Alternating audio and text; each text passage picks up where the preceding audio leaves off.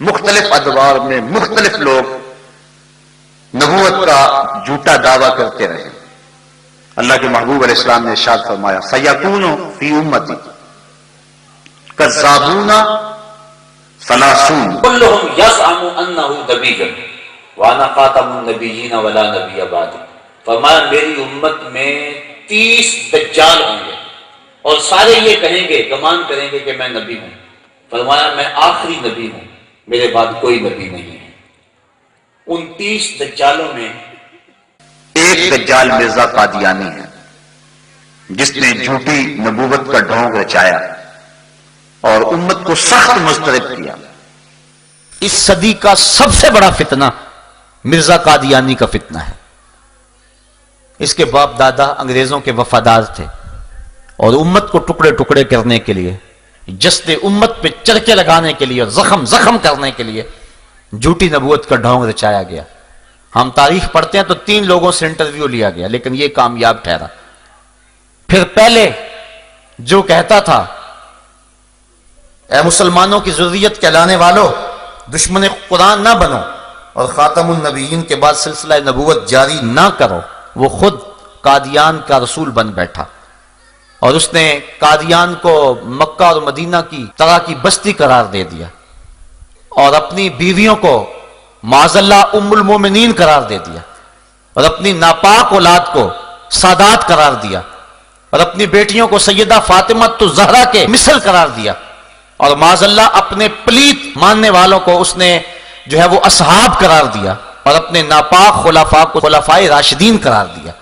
اس طرح اس نے امت کے اندر فتنے بپا کیے اور ناپاک بستیوں کو مکہ اور مدینے کے برابر قرار دیا۔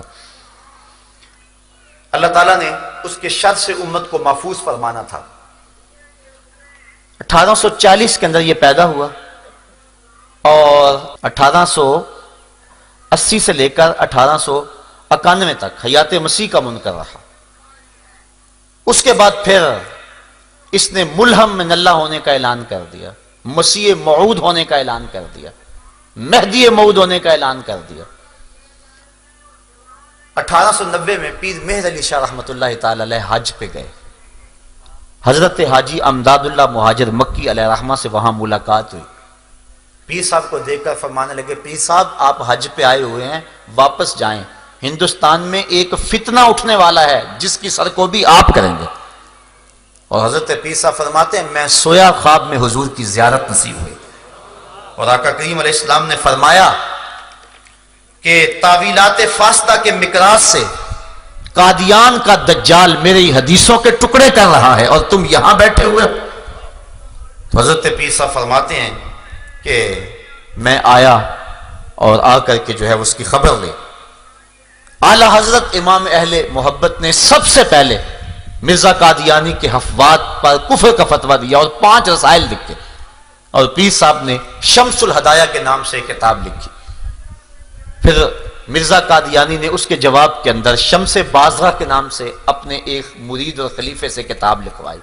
پیر صاحب نے اس کے مقابلے میں پھر سیف چشتیائی لکھی۔ آج تک اس کے کئی ایڈیشن چھپ چکے ہیں، مرزائیوں کو آج تک اس کتاب کے جواب دینے کی ہمت پیدا نہیں ہوئی۔ یہ حضرت پیر مہر علی شاہ صاحب کی زندہ کرامت ہے کہ آج تک سیف چشتیائی کا جو ہے وہ جواب نہیں ہو سکا ہے۔ مرزا قادیانی نے جب 1901 میں نبوت کا اعلان کیا، پہلے وہ مسیح مسیح بنا، مہدی موعود بنا، ملہم من اللہ بنا، کئی اس نے رنگ بدلے، ذلی، بروزی، غیر تشریع نبی، امتی نبی، کئی روپ دھارے۔ پھر اس کے بعد باقاعدہ طور پہ اس نے 1901 کے اندر باقاعدہ نبوت کا اعلان کر دیا اور کہہ دیا کہ میں خاتم النبیین ہوں، بلکہ اپنے آپ کو رحمت للعالمین کہہ دیا، بلکہ یہ کہا کہ انا آتینا کل کوثر، یہ میرے اوپر اتری ہے اور معراج پہ میں گیا ہوں اور یہ آیت میرے حق میں نازل ہوئی ہے۔ طرح طرح کی حفوات اس نے بکنا شروع کر دی۔ وہی شخص جو پہلے کہتا تھا کہ اے مسلمانوں دشمن قرآن نہ بنو اور قرآن کا مقابلہ نہ کرو، نبوت کا دروازہ نہ کھولو، اب خود ہی کھول کے بیٹھ گیا اور خود کہا کہ جس کے کلام میں تناقض ہوگا وہ جھوٹا ہوگا، اور اپنے جھوٹ کو خود ہی اپنے عمل سے ثابت کر رہا ہے۔ تو علماء نے جو ہے وہ اس کا مقابلہ کیا، یہ روز کوئی نہ کوئی بات بکنے لگا اور 72 کتابیں اس نے اس عرصے میں لکھی اور کہنے لگا میرے اوپر وہی آسمان کی بارش کی طرح برستی ہے، کبھی اردو میں کبھی انگلش میں. وہ ٹیچی ٹیچی ایک فرشتہ اس نے مقرر کیا ہوا تھا، پتہ نہیں وہ کون تھا، وہ آ کے اس کو وہی دے جایا کرتا تھا اور الٹی سیدھی ٹیڑھی میڑھی باتیں جو ہیں وہ وہی کے نام سے افواہ بکا کرتا تھا. بلکہ جو شخص اس کی نبوت کا اقرار نہیں کرتے اس کے بارے میں اس نے سخت رویہ اختیار کیا. وہ کہتا ہے کہ کنجریوں کے بچوں کے بغیر جن کے دلوں پر اللہ نے مہر لگا دی باقی سب میری نبوت پہ ایمان لا چکے ہیں. آئینہ کمالات میں اس نے لکھا. پھر اس کے بعد نجم الہدا کے صفحہ نمبر 10 پہ لکھا دشمن ہمارے بیابانوں کے خنزیر ہو گئے اور عورتیں ان کی کتیوں سے بڑھ گئیں. پھر اس بدبخت نے ازالہ اوہام کے اندر لکھا ان لوگوں نے چوروں قزاقوں اور حرامیوں کی طرح اپنے محسن گورنمنٹ پر حملہ کر دیا تھا. یہ وہ بدبخت شخص ہے کہ جس نے امت کو گالیاں بکیں اور جو اس کی جھوٹی نبوت کو نہیں مانتا تھا وہ شخص اس کے لیے گردن زدنی ٹھہرا اور اس کو اس نے خنزیر، ولد الحرام، زنا کی اولاد اور عورتوں کو کتیوں سے بدتر قرار دیا، جبکہ یہ سب کچھ خود تھا اور اس کی اولاد و ذریت خود تھی. مسلمان کبھی بھی ایسے پلیت شخص کو نہیں مان سکتے. حضرت امام اعظم امام ابو حنیفہ نے فتویٰ دیا کہ جو شخص یہ دعویٰ کرے کہ میں نبی ہوں، فرمایا وہ شخص کافر ہے، جو اسے مانے وہ بھی کافر ہے. من شکا فی کفر ہی و عذاب ہی فقد کافرا، جو اس کے کفر میں شک کرے وہ بھی کافر ہے. اور جو شخص ایسے مفتری کذاب اور دجال سے معجزہ طلب کرے وہ بھی کافر ہے. اس سے معجزہ بھی طلب نہیں کرنا چاہیے، وہ جھوٹا ہے، بالکل جھوٹا. حضور کے بعد کوئی نبی نہیں آ سکتا ہے. تو اس نے یہاں تک بکا کہ جو مجھے نہیں مانتا وہ کتا ہے اور خنزیر ہے اور ولد الحرام ہے. اور ایک موقع پہ کہتا ہے میری زبان زیب نہیں دیتی کہ کسی کو گالیاں دوں، اور خود ہی یہ گالیاں بکتا چلا جا رہا ہے. اس نے ازواج رسول کی توہین کی، حضور کی شہزادیوں کی توہین کی، اللہ کے رسول اور نبیوں کی توہین کی، سارے ولیوں کی توہین کی، جمی مسلمانوں کی توہین کی اور عذاب میں مبتلا ہوا. سینکڑوں بیماریوں کے اندر مبتلا تھا، ایک پل سے چین نہیں ملتا تھا. حضرت پیر میر علی شاہ صاحب کو چیلنج دیا. اس کا خیال تھا گوشہ نشین بزرگ ہیں، کب میرے چیلنج پہ لبیک کہیں گے، میری حفوات کو اور میری بکواس کو کب اہمیت دیں گے. لیکن حضور کی ختم نبوت کا مسئلہ تھا، وہ حجرے سے باہر نکل آئے. جب لاہور میں پہنچے تو مرزا کو آنے کی ہمت اور طاقت نہ ہوئی اور ذلیل و رسوا ہوا. اور پیر میر علی شاہ صاحب ابھی لاہور میں ہی تھے، بلکہ آپ اپنی رہائش جب وہاں مقرر تھی عارضی طور پہ، وہاں سے نکل کے شاہی مسجد میں جا رہے تھے جو جگہ مقرر تھی مناظرے کے لیے وقت معین پر. تو راستے کے اندر پیلے رنگ کے اشتہار لگے ہوئے تھے کہ پیر میر علی شاہ میدان چھوڑ کے بھاگ گئے، حالانکہ وہ خود نہیں آیا اور پیر میر علی شاہ ان کے ساتھ جلوس جا رہا ہے اور راستے کے اندر اشتہار لگے ہیں کہ وہ بھاگ گئے. اور لوگ حیرت زدہ ہو رہے تھے کہ یہ کتنا جھوٹ کا پلندہ ہے اور کتنی بکواسات ہیں کہ ہم تو جا رہے ہیں اور ہمارے سے پہلے اشتہار لگے ہوئے ہیں کہ پیر میر علی شاہ صاحب بھاگ گئے. اللہ تعالیٰ نے اسلام کو فتح اور کامیابی عطا فرمائی اور پیر میر علی شاہ صاحب سرخرو ہوئے اور یہ نہ آ سکا. پھر اس نے تعویل یہ کی چونکہ وہاں لوگ بپھرے ہوئے تھے، اگر میں جاتا تو بڑا نقصان ہوتا. یہ کیسا نبی ہے جو لوگوں سے ڈر رہا ہے؟ اللہ کے نبی تو ہزاروں کے لشکر میں کود جاتے ہیں، ان کے سینے کے اندر کوئی خوف پیدا نہیں ہوتا ہے. وہ تو جلتی ہوئی آگ میں چھلانگ لگا دیں تو آگ ان کا بال بھی بیکا نہیں کرتی ہے. یہ کیسا جھوٹا نبی ہے کہ جو ڈرتا ہے کہیں مجھے کوئی قتل نہ کر دے. پھر اس نے مختلف قسم کی پیشگوئیاں کرنی شروع کر دی اور کہنے لگا کہ اگر ثابت ہو کہ میری 100 پیشگوئی سے ایک بھی جھوٹی نکلی تو میں اقرار کرتا ہوں کہ میں جھوٹا ہوں. یہ حاشیہ 40 میں اس نے لکھا. پھر جو بھی اس نے پیشگوئی کی وہ سچی ثابت نہ ہوئی. ہوا اس طرح کہ 1891 میں اس کا ایک قریبی عزیز تھا احمد بیگ، اس کی ایک بیٹی تھی محمدی بیگم، اس پہ اس کی نظر پڑ گئی اور پھر اس نے اپنی طرف سے من گھڑت وہی گڑی کہ محمدی بیگم کا میرے ساتھ نکاح قرار پا گیا ہے اور ہر صورت میں وہ میرے نکاح میں آئے گی. اور یہ اس نے احمد بیگ ہوشیار پوری کو خط لکھا. لیکن وہ ایسے بدبخت سے اپنی بیٹی کا نکاح کیسے کر سکتے تھے؟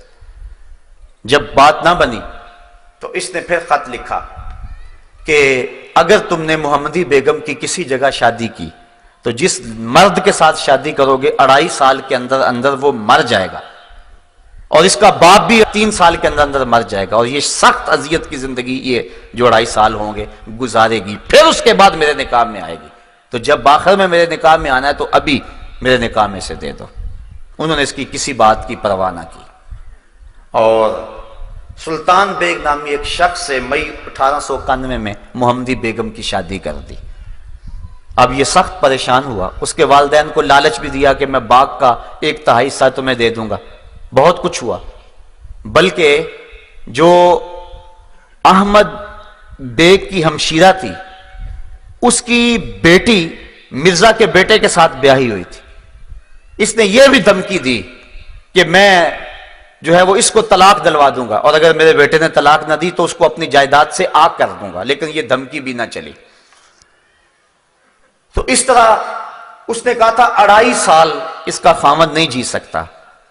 اللہ کی توفیق سے محمدی بیگم کا خامد نکاح کے بعد مسلسل 40 سال تک زندہ رہا، اور محمدی بیگم 58 سال تک زندہ رہی، اور اس کا باپ بھی 20 سال زندہ رہا۔ اب مرزا پھر پریشان ہو گیا کہ میری پیش گوئی تو خراب ہوگی اور میرے ماننے والے کہیں لڑکھڑا نہ جائیں۔ اس نے ایک ہیلا کیا کہ 2 بکریاں کہیں سے منگوائیں اور ان کو ذبح کیا، کہا یہ محمدی بیگم کے شوہر اور اس کے باپ کی جگہ پہ میں نے قربان کی ہیں، وہ نہیں مرے تو ان کی جگہ پہ میں نے ان کو قربان کیا ہے۔ لیکن اس کے جھوٹے معتقد پھر بھی اس کو نبی مانتے رہے، لیکن اس نے کہا کہ اس کے باوجود ایک وقت آئے گا کہ محمدی بیگم میرے نکاح میں آئے گی، ہمارا نکاح آسمان پہ ہو گیا ہوا ہے۔ لیکن پھر وہ مر گیا، لیکن محمدی بیگم بعد میں بھی عرصہ دراز زندہ رہی اور اس ظالم کے نکاح میں نہ آئی، تو اس کی یہ جھوٹی پیش گوئی بھی جو ہے وہ لوگوں کے سامنے آ گئی۔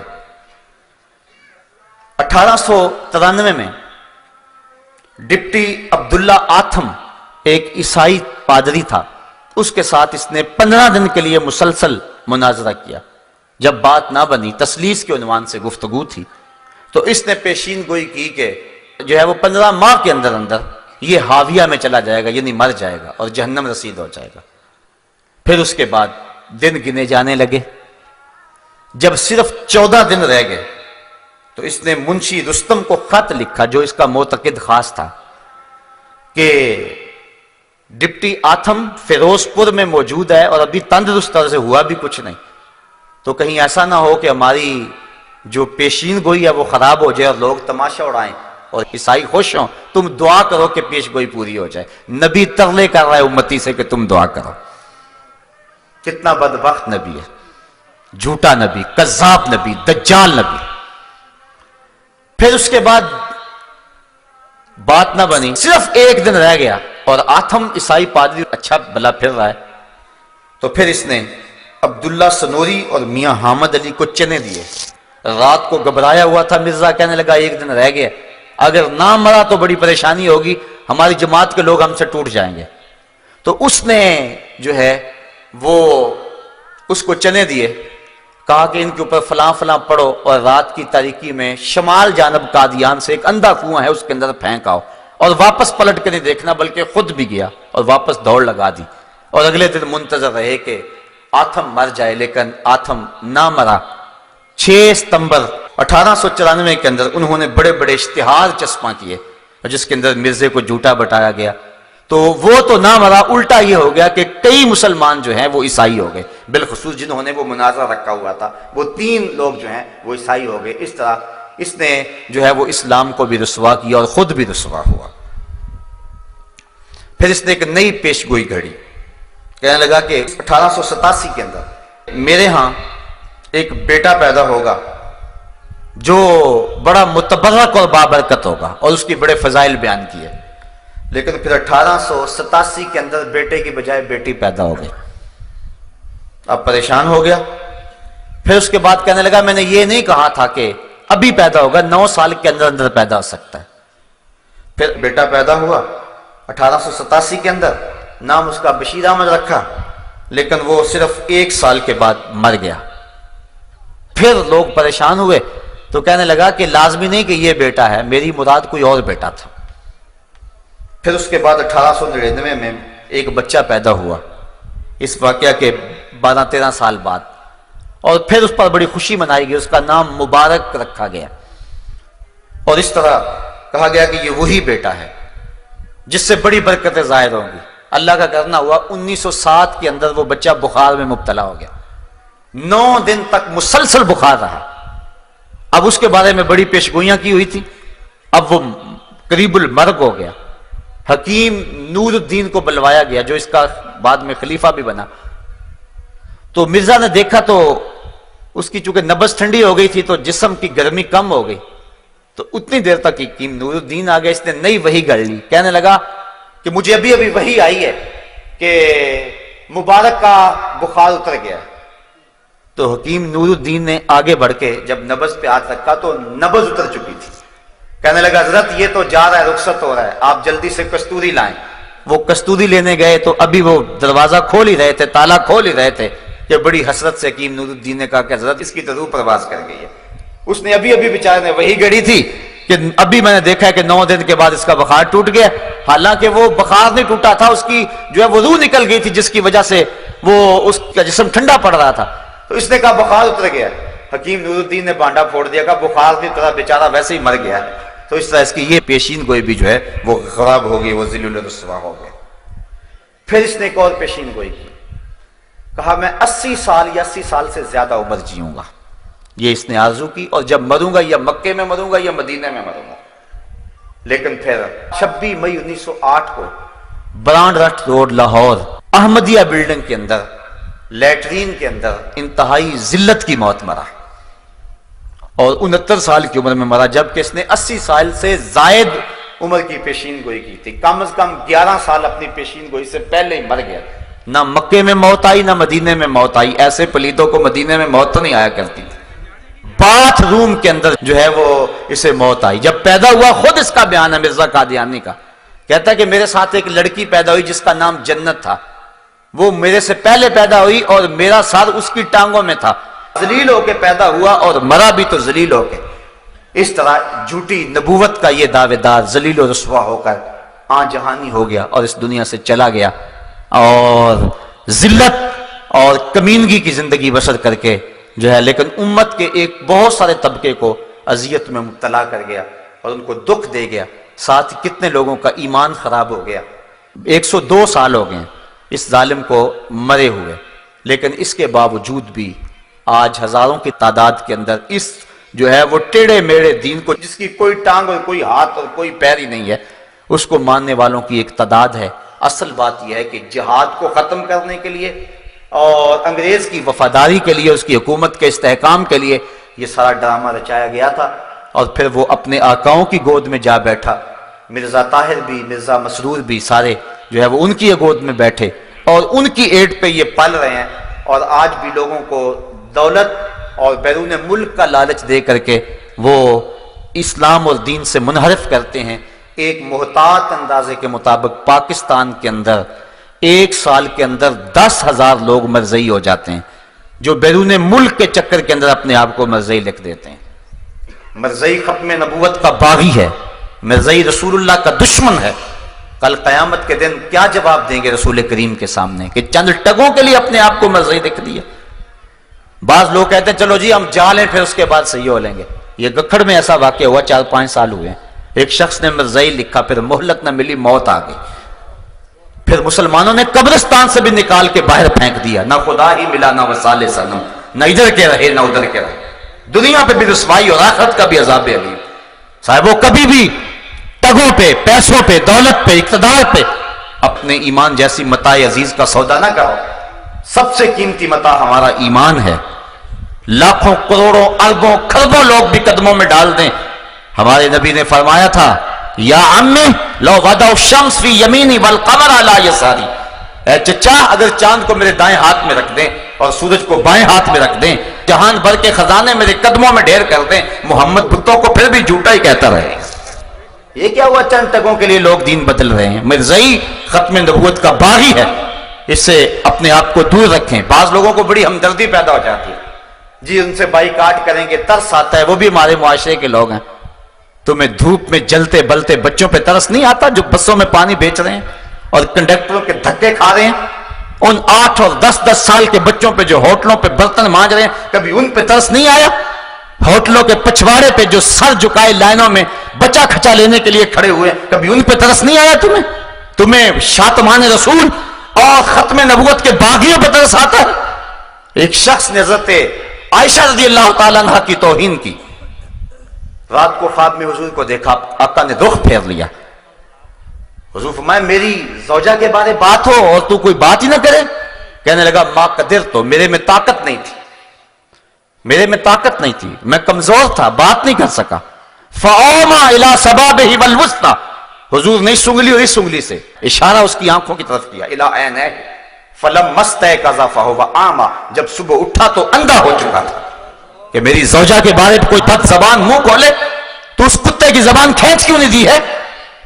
تو آج ختم نبوت کے باغی بھونک رہے ہیں اور رسول کریم کو سری گالیاں دیتے ہیں، اور صحابہ رضوان اللہ علیہ مجمعین کو سری گالیاں دیتے ہیں، وہ اپنی ناپاک اور اپنی گندی اولاد کو حضور کی اولاد کے مشابہ قرار دیتے ہیں۔ ان کی افواہات سے اپنے آپ کو بچائیں اور اپنے ایمان کی حفاظت کریں، اور اگر کسی محلے بستی میں اگر کوئی ایسا شخص ہے اس سے قطعاً بائیکاٹ کریں۔ کل قیامت کے دن تمہیں رسول اللہ اپنی رضا اور اپنی مرضی کا نور نصیب فرمائیں گے، اور اگر تم کسی مرزائی سے تعلق رکھو گے تو گنبد خضرا میں حضور کا دل دکھے گا کہ وہ تو ڈاکہ ڈالنے والے ہیں قصے نبوت پہ، اور تم ان کو اپنی باہوں میں لے رہے ہو۔ مسلمانوں کو غیرت کا درس دیا ہے اور غیرت کا سبق سکھایا ہے۔ صاحبو آؤ اپنی زندگی کو اچھائی کا حسن دے لیں اور اپنے ایمان کی پوری طرح سے حفاظت کریں۔ وآخر دعوانا ان الحمدللہ رب العالمین۔ آفاق کے ہر گوشے میں قرآن سنا کر دم لینا، اب رکنا نہیں، اب تھمنا نہیں، فردوس میں جا کر